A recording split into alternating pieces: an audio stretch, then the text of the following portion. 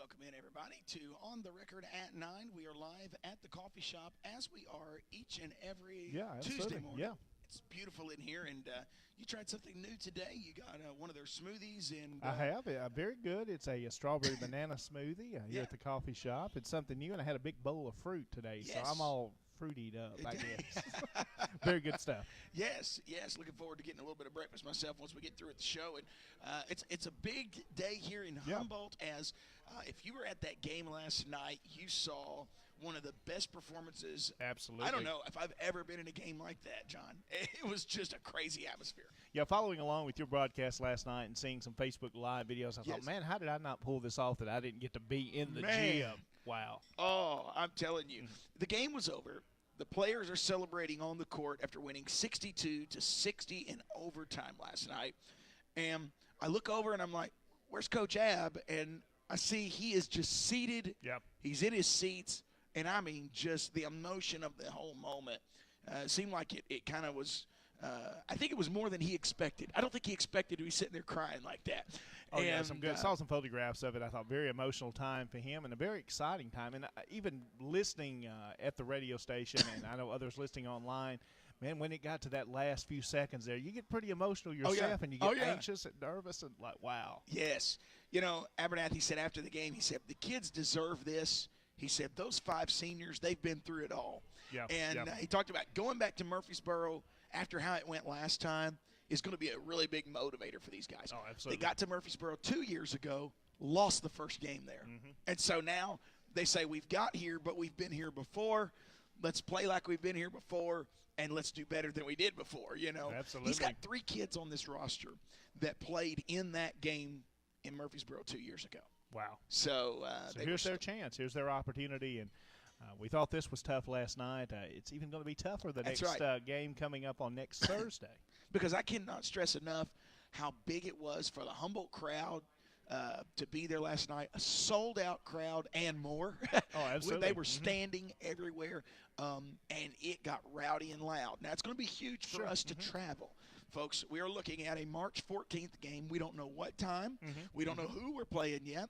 They are doing a draw today at 5 o'clock. And so tomorrow morning, I'll have it on the record at 9. Yeah. We'll share that on our Facebook page as late as this afternoon. Absolutely. As soon as they get that to us, we're going to be sharing all of that. We're going to call this the Redemption Tour. This Redemption Tour, it got started really when, Peabody beat us in that district tournament. Sure. And then this Redemption Tour kind of started with that Peabody game. 84-67 win as we come back through the region tournament and win there. The next chapter came against MAHS. I was saying it wrong last night. I said Memphis Academic High School. It's Memphis Academic Health and Science. Yeah. So it's kind of a weird name. So they abbreviated to make it easy. Yeah. So we call them MAHS. This time last year, again, Humboldt season came to an end on the road as Douglas would beat the Vikings. Sure. They were blown out, 98-56. And so that wound was kind of fresh in their minds last night. And this 5 senior team, Anthony Jones, R.J. Abernathy, Montrez Ward, Reginald Manley, Trent Green, those 5 guys took the court last night, and they had no intentions of that being their last high school game. And a sold-out crowd, back and forth all night long. And I'll tell you what, John, what was really making me nervous, about midway through the third quarter, usually that's the quarter we turn it up, we were trailing by 9. Yeah. And I was like, oh, my. But then Humboldt went on a 22-3 run. Yeah. That seemed like the Vikings were going to win it in regulation. And then Maz comes back with their own run of a 12-2 run and ties it up. We went into overtime.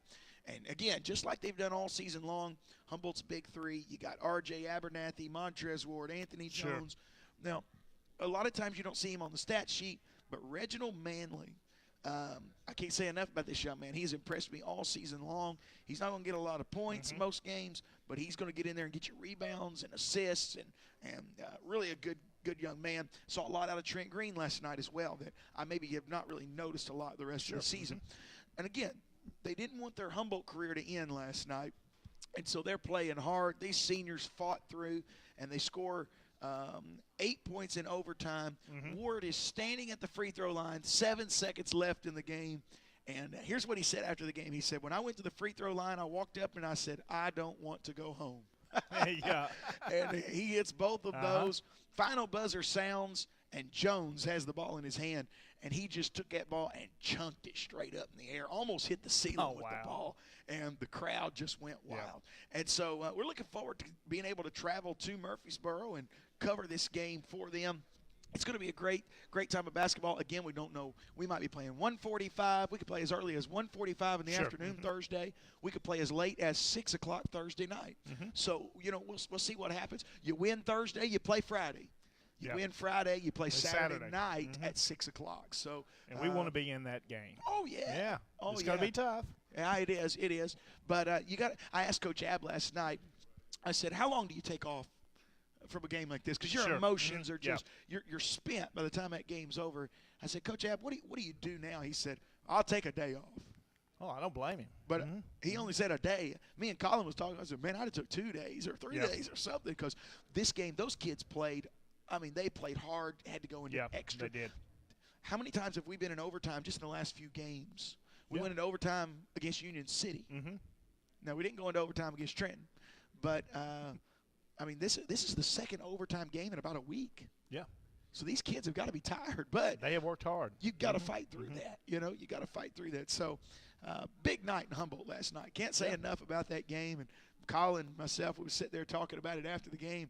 Man, it's got us ready to drive to Murfreesboro today. I know y'all had the room booked and you're ready to be there. We're ready. We're ready to go. Now I will start making plans. I've got to call TSSAA, get us approved for that. But I get all that information tonight, so I'll be on the phone tomorrow and we'll get that done.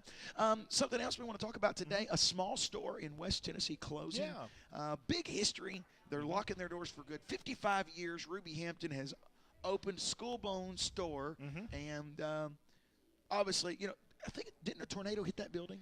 It may have. There was one that went through that area when the Bradford area, because it's not too far from Bradford. But what a great history in that community with the name of Skull Bone, and how they had some old fights there back in the day. And man, I've been to that store many times over the years. Some of the rag bologna and other foods, and those old glass bottle Cokes that's hard to find anymore. Just good stuff like that. Now, on the front of the building, it says Mayor's Office, upstairs, City Hall. Is that still the case, or do they have another building now? I think what's left of the mayor, I guess, is pretty much all happening in that building. So I wonder if that will remain in that building. That's something. Yeah, you wonder what will happen to all the different things that are at that building, and will they remain? Will they sell them? Will they keep them? Will they make it? Which I'd like to snatch a couple up for Gibson County History Museum. Oh yeah. And something always stands out, and when you go to Skullbone, I don't know if you've been or not. No. There's I haven't a sign been in a long time at that intersection of that highway, and I forget the name of the roads, that points you in all the different directions. Maybe you're going to Los Angeles, it's so many thousand miles, and this one's pointing in this direction. I don't remember seeing that. Yeah, that's pretty neat. I hope that'll stay and that doesn't disappear as well. But it's sad to see our community stores begin to close. Not many of those left, and that's one that's been there for a long time. They've been taking care of the community for 55 years, and she says she's having to quit because her husband is sick. And you hate to see that. Come Saturday night at 6 o'clock, she's locking the doors for the last time. Her husband's having back problems and says they're having to focus on that. You understand that as well. He's sad that they're having to give it up. He loves the store as much as she does. And customers are able to get everything from cleaning supplies to drinks to toys for the kids. But the Schoolbone store isn't just a place people go to get their groceries. You can grab some lunch, grab a seat, and kind of catch up on, I guess, the gossip of the town. That's it. I may have to load up my kids. We don't have anything going Thursday night. You wonder what time she closes. 6 o'clock, I guess? Probably. I'm sure it's pretty early. Great time. I've always enjoyed going up there and seeing them. So make sure this week that you go up there one more time just to walk through the store and say goodbye to them and appreciate them in the community for so many years. It makes you wonder if somebody won't try to offer to buy that place and reopen it back up with all the history. You wonder that if it'll all stay together. Somebody, even if it's in a museum-type setting, somebody will keep that going. A great history there in Skullbone, and been some crazy stories that have happened up around in that area over the years. I'm telling you. They've had some concerts there, and back in the 1920s and 30s, they used to have what they called picnics. They would come. Now, we think of a picnic just taking a basket out and a small group eating. Well, they'd have big groups of hundreds of people. The Grand Ole Opry at the time came to that area. and performed. It was a big deal back in the 20s and 30s. Thousands of people show up to Skullbone, Tennessee. They used to have some kind of a rally deal that would happen out there with motorcycle drivers. I remember driving through one time. We were headed somewhere, and we were on 40. Sure. And they were all taking that exit. I mean, I'm talking hundreds of motorcycles taking that exit at one time. Yep. And Dad told me that day, he said they do this yearly down at Skullbone. They'll meet, and they had some kind of concert. Yeah, you had the Skullbone Music Park. A cousin of mine, Alan Blankenship, who passed away about a year ago, really put that all together with some other folks. Brent Cox, one of those names from around that area that was instrumental in the old days of the Skullbone Music Park. They had some big names out there over the years, and that lasted for several. And I never got to go to any of those, but I've seen pictures, and some of them got a little wild. Well, but good times up there for a lot of people. That's right. Miss Hampton says that they are ordering extra Skullbone store T-shirts for this week, hoodies, hats that you can buy. And that way when you come by before Saturday, you can still make sure you get your last of the memorabilia. Now, they asked her, what are you going to do after Saturday? You know, she says she's going to stay busy. She's obviously got plenty to do at home and going to help take care of her husband. And so if you get a chance, go up there this week and say hi and let them know you appreciate them keeping those stores open. 55 years, that's a long time. Yeah, definitely. I guess. And that store's been there a long time before that. Okay. So it's been opened by, and I don't know if it's all a family connection, but they've had it a long time. It's a neat store to see. Go take some pictures. Yeah. Look around, look at all the signs and writing on the building. Really neat place. A school bus crash early yesterday morning left a few students with minor injuries over in Henry County. It could have happened to anyone, I guess, approaching that same curve. According to Henry County Director of Schools Brian Norton, he said immediately he went to the site and found that they had 13 students, and 11 of them were from Henry School, 2 from E.W. Grove, and a driver. Immediately his first concern was, are they safe, obviously. Sure. The incident took place around 6:45 yesterday morning, just outside of Paris, Tennessee. The scene was cleared an hour and a half later. The driver was driving eastbound on Jones Bend Road, became blinded by the sun, causing the bus to end up on its side. Oh, wow. He says he's glad the students and the driver are okay. The injuries that have been reported are kind of like knee sprains and that kind of thing. It wasn't anything just major. It was a lot of minor stuff. Some students did have to be transported to an emergency room for some minor injuries there, but they went on to class. So Norton did say he's glad the incident was handled smoothly, and the calmness of the driver and the students was evident. They're saying no charges are going to be filed. It was just a simple, he was driving the speed limit, sun got in his eyes, and caused him to overcorrect and flip the bus over on its side. One of our engineers that's worked with us over the years, Larry Nunnery, is a school bus driver and his wife in Benton County up in Camden. And I know we've talked about some strict guidelines for bus drivers. There's always the rule, one mistake and you're done. Yeah. Very, very tough. So we'll follow that story and find out if there's anything else comes from that. That's right. Tennessee Wildlife Resource Agency is reminding everybody it's time to renew your fishing license. If you have a fishing license for the 2018-2019, it has now expired. And if you're over 13 years of age, you are required to have a license to fish. Oh, wow. So to renew your license, you can go to the TWRA's licensing website, and they can monitor that online, by the way. So you might want to make sure you do that. They are watching very closely. Also coming out of Trenton, Tennessee, the Tennessee Highway Patrol has now charged a woman. It's been almost a year since the crash that killed the 2 folks down in Bradford on the US 45 bypass. Niecy McAllister, 32 years old. She is charged with 2 counts of vehicular homicide in the deaths of 47-year-old Bucky Wells of McKenzie, 41-year-old Kimberly Cook. That wreck took place March 15, 2018. According to the THP, Wells and Cook were on a motorcycle turning into a business when the motorcycle was actually rear-ended by McAllister in an SUV. Court documents say McAllister is accused of conduct creating a substantial risk of death or serious bodily injury. She has, though, been released from the Gibson County Jail on bond. So, also, our governor was in the area. I know you mentioned a funeral he attended. Yeah, there was one up in the Union City area for Mr. Lanham, who died during the Vietnam War, and his remains have been returned. So I know he was in there for that, and some other functions up in that area as well. Yeah, he was in the area on Friday, is what I'm showing here. Governor Lee says his goal was to look at the needs of West Tennessee while he was here for that funeral, and especially the criminal justice system. His first stop in West Tennessee was at the Northwest Correctional Complex in Lake County. He says his first legislative package was about vocational education, something that is near and dear to his heart. He did that on the campaign trail. He talked about that extensively. And now they're actually going to get that done. They're already talking about, and I've got that for later on after this break, talking about how he's got a $25 million plan for the education system in Tennessee. Governor Lee has only been in office for 5 weeks, but I'm going to tell you, John, he's hit the ground running. Yes, he has. His first executive order included efforts to aid distressed counties in just rural parts of Tennessee.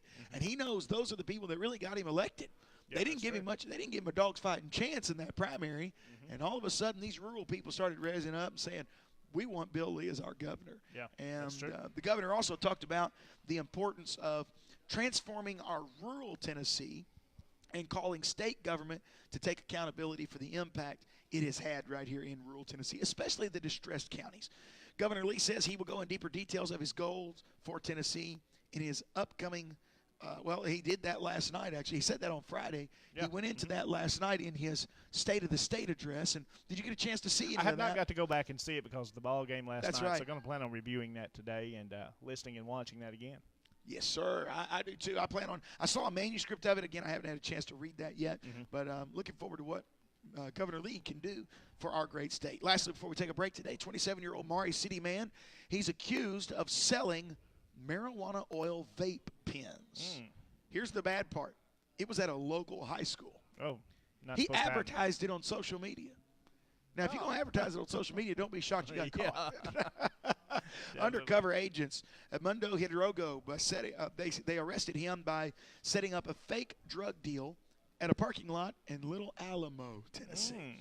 Hidrogo is in the Crockett County Jail on felony charges for the sale of marijuana.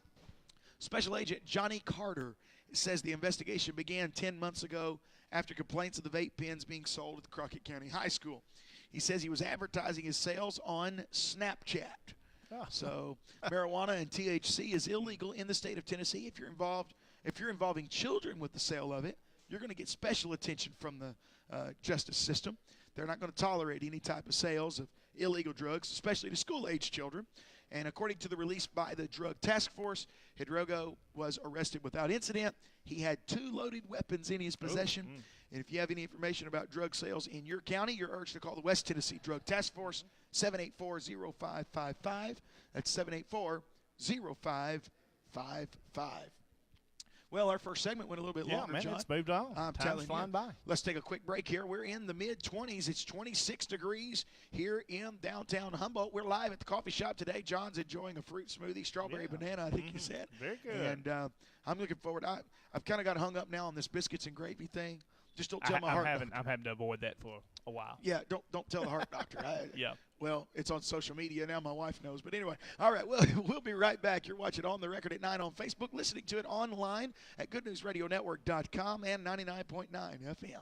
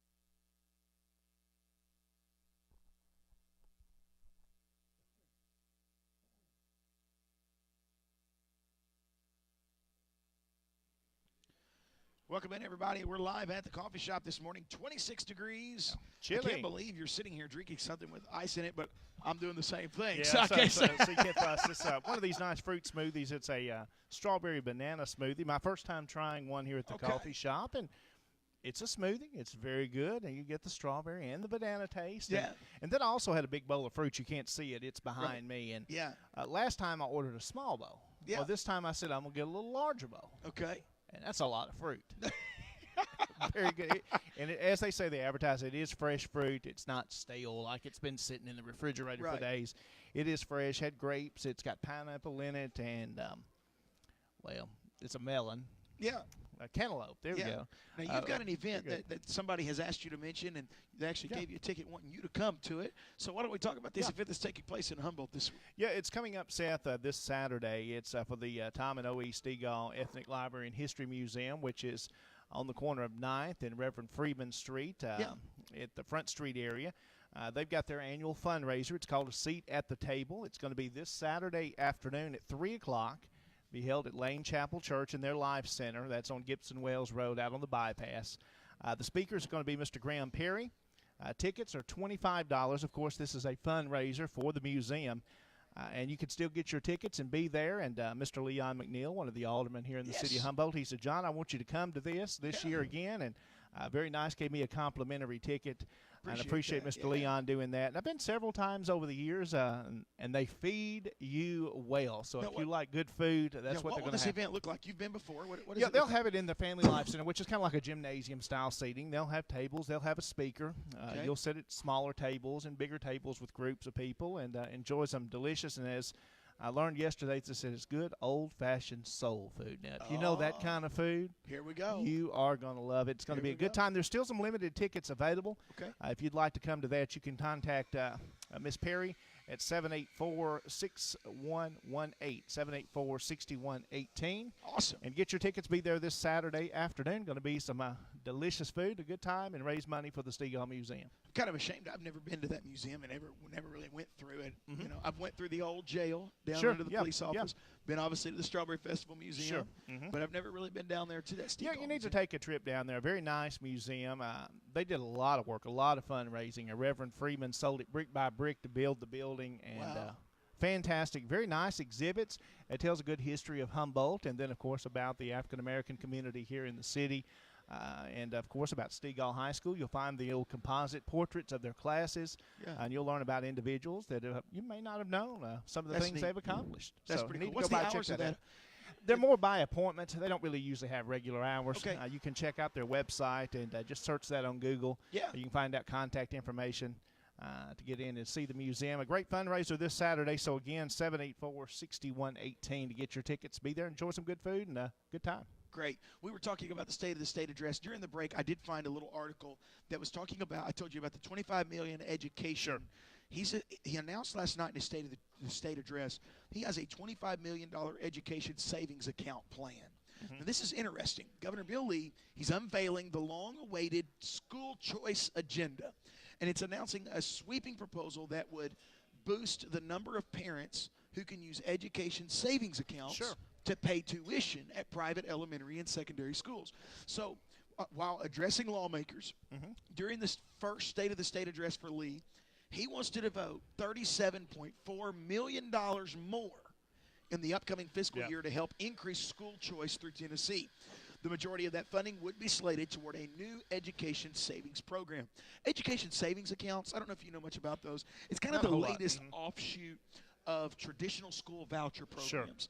And after previous proposals have stalled at the Republican-dominated State House, basically because of skeptical lawmakers uneasy about possibly taking away funding from public schools. So even with the new voucher facelift, they're still facing opposition, often from teachers' unions and other public education groups, due to concerns over the programs, and maybe they would be a workaround to existing bans on giving public dollars to religious organizations, in this case schools, under a system that could easily be abused. However, the idea is gaining traction, and it's a top issue that Lee campaigned about on the trail. Once he's in office, now he's appointed pro-voucher members to some top advisor positions. So currently 5 states allow some sort of an education savings account. It's Arizona, Florida, Mississippi, Nevada. We have some sort of one already here in Tennessee. The Nevada Supreme Court struck down its state's law after ruling that the funding mechanism was unconstitutional. In Tennessee, the existing program is actually pretty small.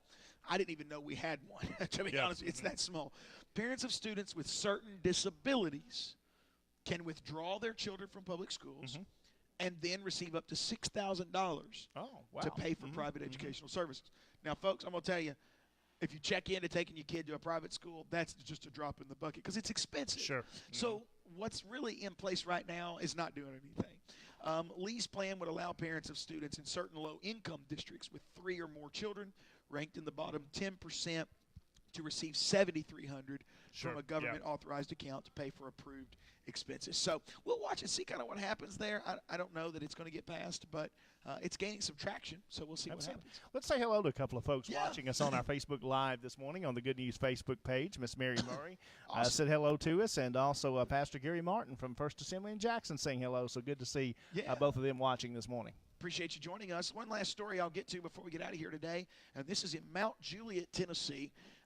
Officials in the town are amending the city's current zoning laws to block a new health clinic from performing surgical abortions.